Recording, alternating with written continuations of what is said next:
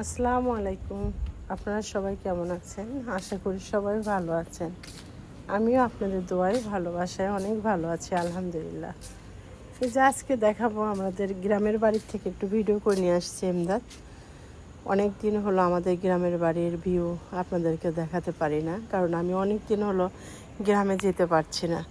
কারণ আমার এই বাড়িতে অনেক কাজ, সবসময় মিস্ত্রি, অনেক রকমের মিস্ত্রি কাজ করছে। এখনও কাজ শেষ করতে পারিনি আমার বাসায়, যার কারণে আমার গ্রামে যেতে দেরি হয়ে যাচ্ছে, লেট হয়ে যাচ্ছে, সরি। তো আপনাদেরকে দেখাবো গ্রামের বাড়ি, আমার গ্রামের বাড়ির ভিউটা। খুবই ইচ্ছা করে যেতে, কিন্তু আমি সময়ই করে উঠতে পারছি না। ইনশাল্লাহ যাব, খুব তাড়াতাড়ি যাব, আর যে আপনাদের সঙ্গে সব কিছু শেয়ার করব। আমি যে গ্রামের বাড়িতে আমি ঝিঙ্গা গাছ, কি বলে এটাকে, সিম গাছ, তারপর অনেক ধুন্দুল গাছ, অনেক কিছু লাগাই রেখে আসছিলাম। এগুলো বেশিরভাগই এইবার তো অনেক বৃষ্টি হয়েছে, বৃষ্টিতে সব কিছু নষ্ট হয়ে গেছে। তারপরেও ধুন্দুল গাছ আছে, ধুন্দুল হয়েছে কয়েকটা। তো ময়নাকে বলছিলাম এমদাদ যখন যায় তখন হচ্ছে মানে ও যেন পেরে দেয় কয়েকটা। তো আজকে এমদাদ গ্রামের বাড়িতে গিয়েছিল, যে ওইগুলা ময়নাকে বলছে, ময়না উঠায় দিছে। আপনাদেরকে দেখাচ্ছি, ভালো লাগছে, শেয়ার করছে আপনাদের সঙ্গে। অনেকেই ওয়েট করে আছেন আমি কবে যাব গ্রামের বাড়ি। অনেকেই দেখতে চাই, আপু আপনার গ্রামের বাড়িটা অনেক সুন্দর। অনেকেই অনেক রকমের করে বলে, আন্টি আপনার গ্রামের বাড়িটা অনেক সুন্দর, কবে যাবেন, কবে দেখাবেন, আপনি রান্নাঘর করছেন। তো যাই হোক, সব মিলে আমারও খারাপ লাগছে। আমি অনেক শখ করে রান্নাঘর করে আসছি, কিন্তু আমি 1 মাস হলো যেতে পারছি না। ইনশাল্লাহ যাব, খুবই দ্রুত যাব, খুবই মানে চেষ্টা করছি খুব তাড়াতাড়ি যাওয়ার জন্য। ইনশাল্লাহ যাব। তো ময়না আজকে এইগুলা আমার সবজিগুলো সব উঠাই দিছে। আবার এর মধ্যে চাল কুমড়াগুলা আমার বর্ণাই ইমদাদের বাবা আসার সময় ইমদাদের কাছে চাল কুমড়া উঠাই দিছে, লেবু উঠাই দিছে, যে নিয়ে যাও, খালার বাসায় যাচ্ছ, টাটকা চাল কুমড়া। আপনারা বলেন জালি, কেউ জালি বলে, কেউ চাল কুমড়া বলে। আমরা চাল কুমড়াই বলি, আমাদের কুষ্টিয়াতে আমরা চাল কুমড়া বলি এটা। আর ময়না পেঁপে তুলে দিছে গাছ থেকে, অতটা বড় হয় নাই, ছোট ছোট, তবুও আমাকে দেখানোর জন্য ছোট ছোট পেঁপে, তারপর আমার গাছের থেকে ধুন্দুল তুলে দিছে। এমদাদ নিয়ে আসছে এইগুলা। আজকে এমদাদ গেছিল বাড়িতে। আর যে গাছের যে আমড়াগুলা দেখছেন, বাদামগুলা দেখছেন, নারকেলগুলা দেখছেন, নারকেল শাপলা নিয়ে আসছিল। আর আমড়াগুলো আমাদের গাছের, আমাদের গ্রামের বাড়ির গাছের। এর আগে যে ভিডিওতে দেখাইছিলাম আমরা পাড়া, আমার মেয়ে আমরা পারছে, আমি আমরা পারছি, ময়না, ওই গাছেরই আমরা অনেকগুলো আমরা আমি নিয়ে আসছিলাম। আরও কিছুটা ছিল সেদিন এমদাদ নিয়ে আসছে। আর যত বাদাম দেখছেন এটা এমদাদের গাছের, আমার বোনের বাড়ির গাছের। আমার বোনদের অনেক রকমের ফল গাছ আছে, কিন্তু বাদাম গাছও আছে 3-4টা। তো মাঝে মাঝে নিয়ে আসে সেইগুলা। তো আজকে যে রান্না করতে করতে গল্প করছে আপনাদের সঙ্গে, আজকে রান্না করছি পেঁপে দিয়ে দেশি মুরগি। এটা আমার ছেলের জন্য রান্না করছিলাম। আর ওইদিকে গরুর বট বলেন, কেউ কেউ ভুঁড়ি বলেন, আমরা ভুঁড়ি বলি, বিশেষ করে আমি ভুঁড়ি বলি। সবাই আমাদের বাসায় সবাই ভুঁড়ি বলে, এটা গরুর ভুঁড়ি। ওইটা আমার মেয়ে, বোনের মেয়ে সাঞ্জু, ও কালকে রান্না করে পাঠাইছিল জয়ের জন্য, আমার ছেলের জন্য।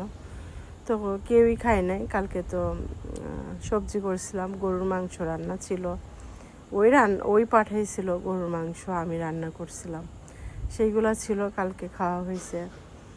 আর আজকে মুরগি রান্না করলাম পেঁপে দিয়ে, ওইটা পছন্দ করে জয়, আমার ছেলে।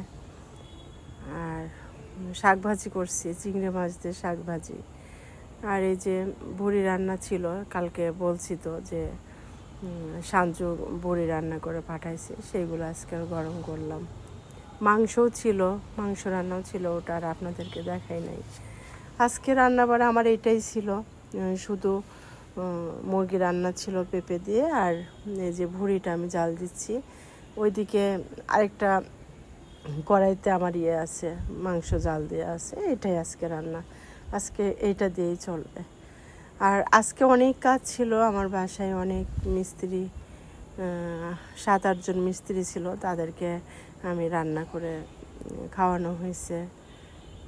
মানে রান্না করে খাওয়ানোর কথা ছিল না, দেখলাম যে ওরা একটু খাওয়া দাওয়া করে নাই, কষ্ট পাচ্ছে, ওই জন্য একটু ঝামেলা হয়ে গেছে। জিনিসপত্রগুলো গুছালাম, গ্রামের থেকে কিছু জিনিস নিয়ে আসা হয়েছি এমদাদকে দিয়ে।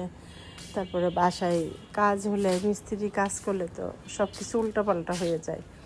তো ভাবলাম মিস্ত্রিদেরও একটু খাওয়াই, কি খাওয়াবো হঠাৎ করে, আবার ওদের জন্য রান্না করলাম। আর কি, সারাদিনই খুবই ব্যস্ত, তারপরেও ব্যস্তর মধ্যেও আপনাদের সাথে কথা বলতে ভালোই লাগে। সারাদিন পরে ভিডিও দিচ্ছি, ভয়েস দিচ্ছি, আপনাদের সাথে গল্প করছি, ভালো লাগছে। সবাই আমাকে যারা যারা ভালোবাসছেন, এইভাবে আমাকে ভালোবাসবেন, সাপোর্ট করবেন। আমি জানি আমাকে আস্তে আস্তে সবাই, অনেকেই আমার ভিডিওটা দেখেন, কিন্তু কেউ লাইক করেন না, কমেন্ট করেন না, সাবস্ক্রাইব করেন না। যারা করেন না তাদেরকে বলছি আমাকে সাপোর্ট করবেন সবাই।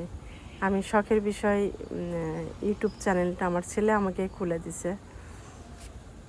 আপনারা সবাই আমাকে সাপোর্ট করবেন, ভালোবাসা দিবেন। আপনাদেরকে, যারা আমার পাশে আছেন, আমার ভিডিওগুলো দেখছেন, অনেক অনেক ধন্যবাদ জানাই আপনাদেরকে। আপনাদের জন্য অনেক দোয়া করি। এইভাবে দেখবেন আমার ভিডিওটা ভালো হয় না, আমার ভিডিওর মান ভালো হয় না, আমার ভিডিও ভালো ভালো রেসিপি দিই না, সেটা ঠিক আছে। কিন্তু আমি রেগুলার যে রান্না খাওয়া করি, রেগুলারই আমি রান্না করি। অনেকে আছে না যে ফ্রিজে রেখে 2-3 দিন ধরে খায়, ফ্রিজে রেখে দেয়। আসলে আমি ওটা, আমার কাছে হয় না, কারণ আমিও ফ্রিজেরটা খেতে পছন্দ করি না, আমার মেয়ে ছেলে কেউই খায় না।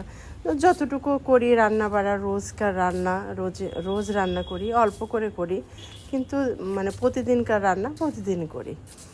এটাই আমি প্রতিদিন কি করছি, কি রান্না করছি, এরপরে আমার গাছ লাগাবো, আমার ছাদ বাগান করব, এইসব ভিডিও আপনারা পাবেন। একটু ধৈর্য ধরে আমার ভিডিওটা দেখবেন, কষ্ট করে একটু দেখবেন প্লিজ। আপনারা সবাই আমার সঙ্গে থাকবেন। আমার গ্রামের বাড়ি, যেমন আমি প্রতিদিন আমার গ্রামের ভিউটা দেখাইছি। তো আমি জানি যে গাছ লাগালে, গাছের যে বাগান, এগুলা অনেকেই পছন্দ করে। ইনশাল্লাহ আমিও করব। আপনারা আমার পাশে থাকবেন, আমার ভিডিওটা দেখবেন, আমাকে ভালো ভালো যুক্তি দিবেন, ভালো ভালো পরামর্শ দিবেন, কিভাবে গাছ লাগাবো, কোথায় গাছ লাগাবো, কি করব, কিভাবে এটাকে